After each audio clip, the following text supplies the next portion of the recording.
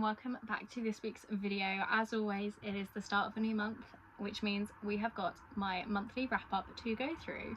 So in July I have read 17 books so far because I'm filming this one day early, and tomorrow, the 31st of July, I will be on a ferry for 4 hours, and that is long enough for me to finish another book. So tentatively I think I'll have read 18 books by the end of the actual month.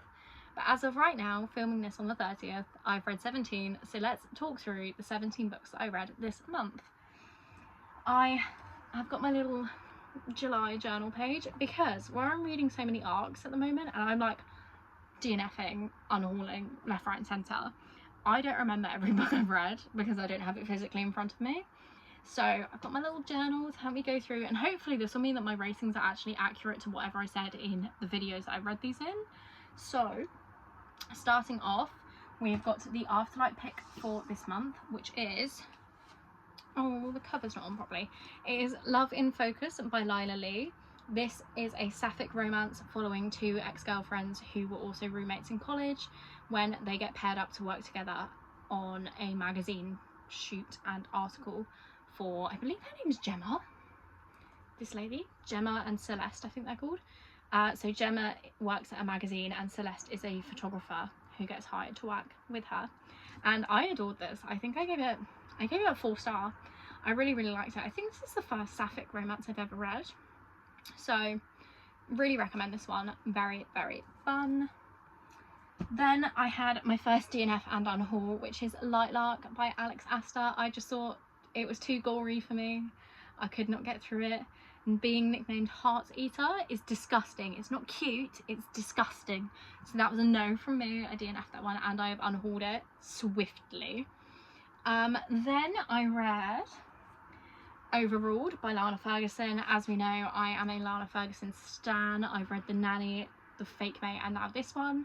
And I literally cannot wait to read Under Lock and Key. That is what book is up here. Under Lock and Key. I haven't even read that yet, and I know I'm gonna love it, so I've got a special edition.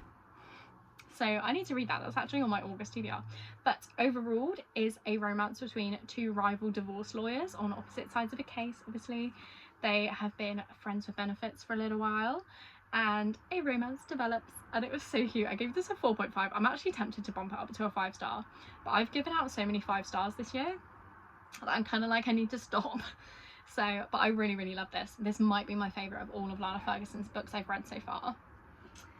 Then we have got an arc that I read and I liked so much I bought a physical copy, which is Slow Burn Summer by Josie Silver.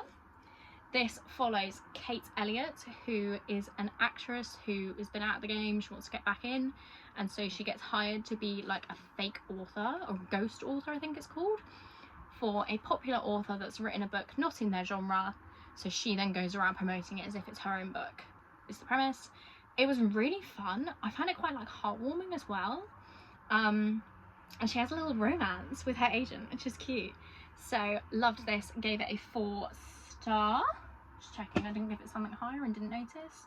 Then we have got Double Apex, which is a Formula 1 romance between Cosmin and Phaedra. I forgot her name. Phaedra is I think she's the first or the best or something, like a female race engineer basically, and Cosmin is a driver, as you can see, and it's kind of like a frenemies to lovers type situation, but Cosmin was so rude to her and very misogynistic. So I gave this, I've written here a 3.75. I don't look back that fondly. I'd say it's just a 3 star. I think this is just a 3 star. But I definitely preferred the sequel to this more, which is Coming in Hot, which I read last month, because I read them out of order by accident, but I loved that one. I did not like this one very much. Then we have got another book that I've unhauled, which is the Tatami Time Machine Blues. This is a translated Japanese fiction book about some friends that discover they can time travel, and they use this power to go and stop themselves from knocking over a can of Coke on the air conditioning remote. And that's kind of that. Very little actually happened. It spans over the course of 2 days, so very slow moving story. So I gave it a 2.5. I think it was good, it just wasn't personally my kind of thing, so yeah, that's a no from me. I've unhauled that. Then we had another win I read Paladin's Grace by T. Kingfisher. This is my first T. Kingfisher book, and I adored it. I did not know what to expect going into this, but it was just an absolute lovely time. Like, this is a book I would recommend my mum. I think she would enjoy this. And that's a compliment. I think this is a good book. This follows Grace and Stephen. Stephen is a paladin of the Saint of Steel who has died, I think. Is that what it is? His saint has died. So he's sort of just like a bit lost. He doesn't really know what to do with himself. And he is serving to a different saint. They've like adopted the Saint of Steel's paladins that have been left over. There's only 7 of them left, which each book in the series follows a different paladin. I'm so happy about the series. I can't wait to read more of it. But this was just such a cute time. It's like a cozy fantasy rom-com mystery type vibe. All great things, and I fucking loved this. I highly recommend this, and if you're not sold, look at the fucking cover. Look at that and tell me you don't want to read it. I bet you can't, because you do want to read it. So I loved this. I can't wait to read the rest of them. Then we had another arc that I don't physically own, which is Writing Mr. Wrong. This is a hockey romance between an author who loosely based her love interest in her book off of a hockey player that she used to go to school with, and then they reconnect because someone is trying to be like, "Hi, you wrote a book about him," and he's like, "Yeah, and what?" It's a good book. It was fun. I think the main love interest was not my cup of tea. He was on this like mission to be a better person, but he didn't become a better person. He didn't learn his lesson at all, in my opinion. So I gave that a 3-star, and I will not be purchasing the book for myself. Then I've got another book that technically shouldn't be in here because I should have unhauled it, which is Rival Darling, a second DNF of the month. Not a happy bunny. This is a hockey romance. It is YA, and I think that's what's doing its detriment. I don't mind YA, but this is YA done in such a way that it's just so naive, and so it's just annoying, you know? Like, all the characters are irritating me because they're so naive and irritating. That was a sentence. But this follows Violet, who gets cheated on by her hockey captain boyfriend, and so to piss him off, I think she starts dating his like rival from the other team, who is called something Reed Darling, hence the name Rival Darling. I got 100 pages into this. I literally couldn't stand anyone, so I stopped reading it. But who knows, maybe this is your thing. It's on Kindle Unlimited, so you can give it a go. You know, you don't take my word for everything, but it was not for me. DNF'd, and I will be unhauling this immediately. In fact, I'm going to chuck it elsewhere. Then I read The Perfect Divorce by Geneva Rose. I'm so surprised, but first of all, the book is fucking huge. Look at the size of it.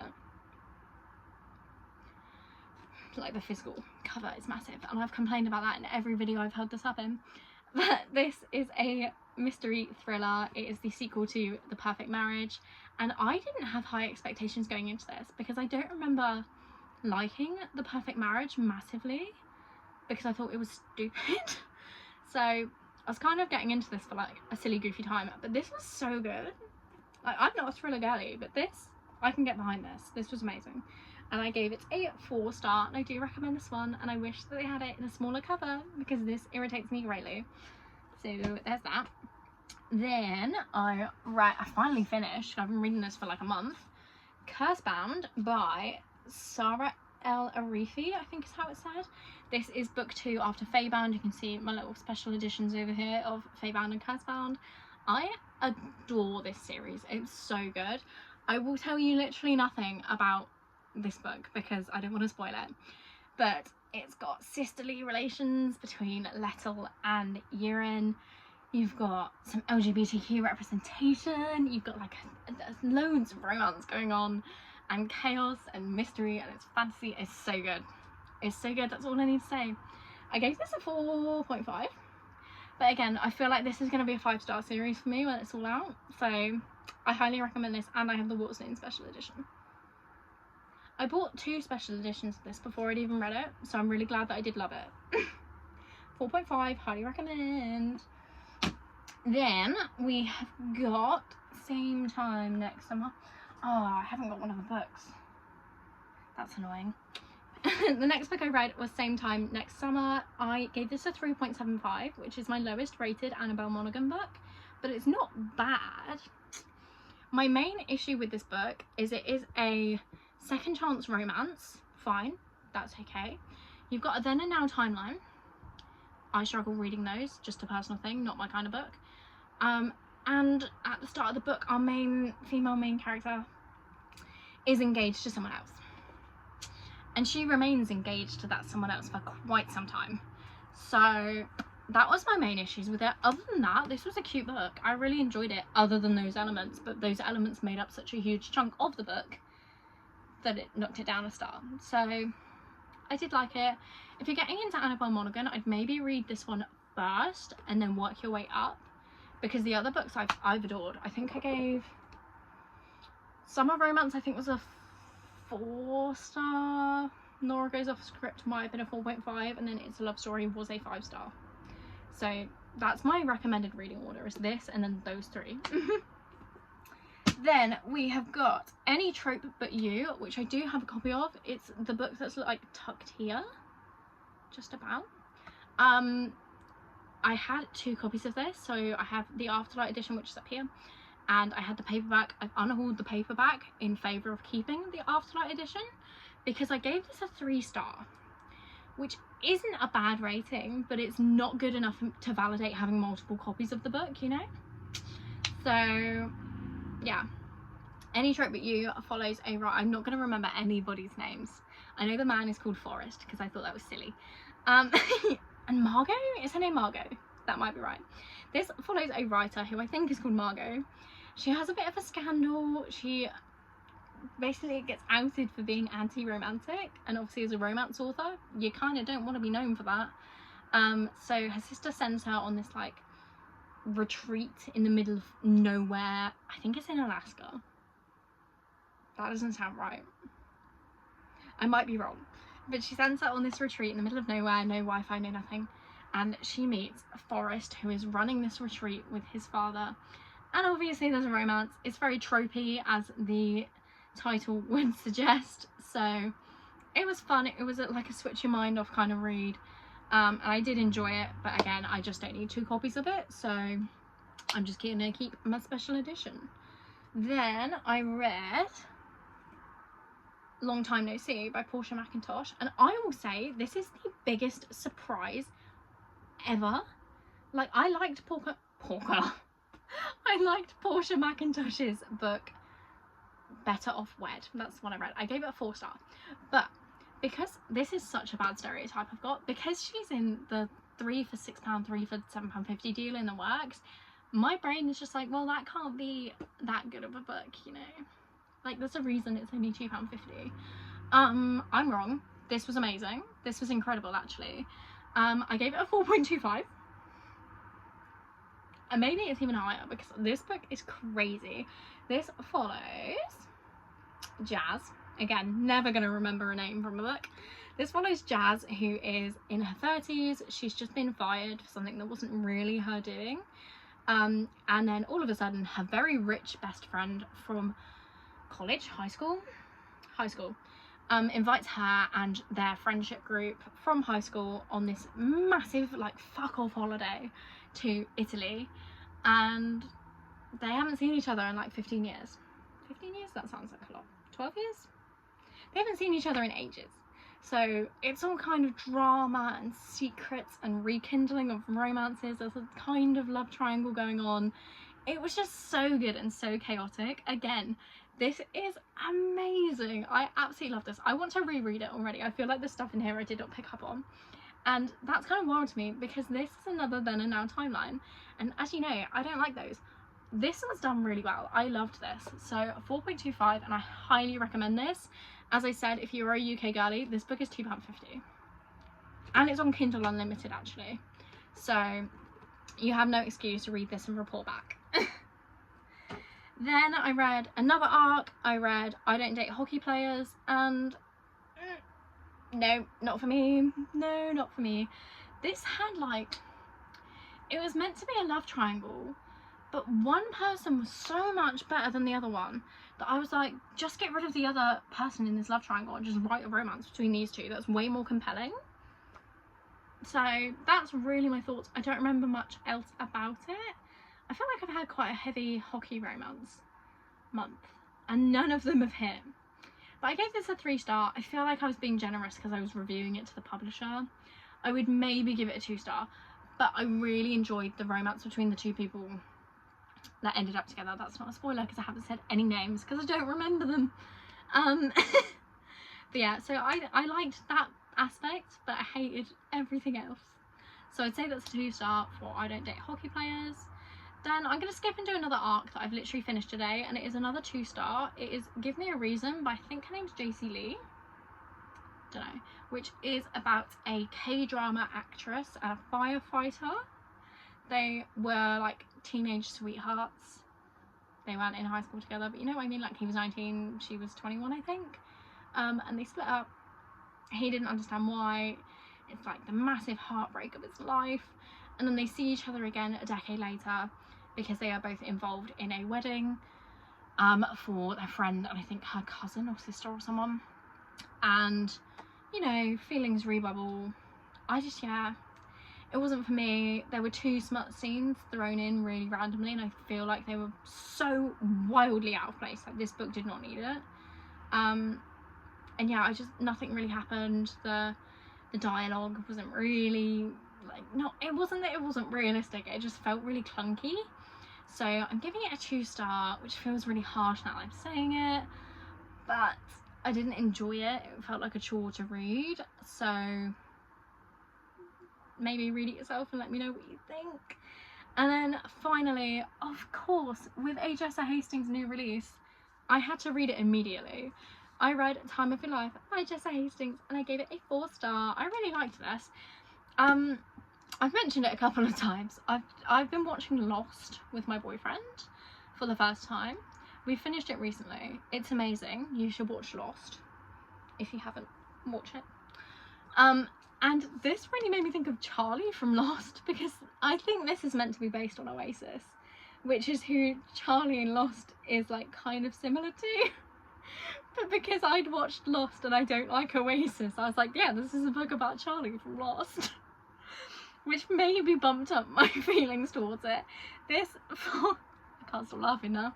This follows, I'm going to fuck up her name, Isolde, I think is how you say that, Isolde Fanshawe, who is the world's most famous model ever. And it follows, what the fuck is his name, Joa? Follows Joa, who is in a rock band similar to Oasis, as I said. And they had this massive whirlwind romance in the span of like 2 weeks. And in classic Jessa Hastings form, it is very toxic and chaotic.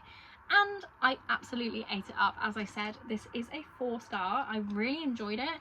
It took me a little bit to get into it, which is why this is, I think, the only Jessa Hastings book. No, that's a lie. I did not give Never 5 stars. This is the only Jessa Hastings romance book that I've not given 5 stars. Because like all of Magnolia, oh, you can't even see it. All of Magnolia Parks is 5 stars. All of Daisy Hates 5 stars. Conditions of Will, 6 stars if I could give it. That is my favourite book by Jessa Hastings. And then I think Never I gave 3 stars. So, but this is a 4-star. I do like it. I do recommend it. And especially if you like that toxic vibe, this is it. So those are the 17 books that I have officially read. As I said, I'm likely to read another one tomorrow, and it's either going to be A Good Girl's Guide to Murder or Life's Too Short. I haven't decided yet, but that is it for this video. I hope you have enjoyed. Let me know if you have read any of these books, or if you've got any books you read this month that you think I would enjoy based on my reactions to these ones. And yeah, I will see you next week.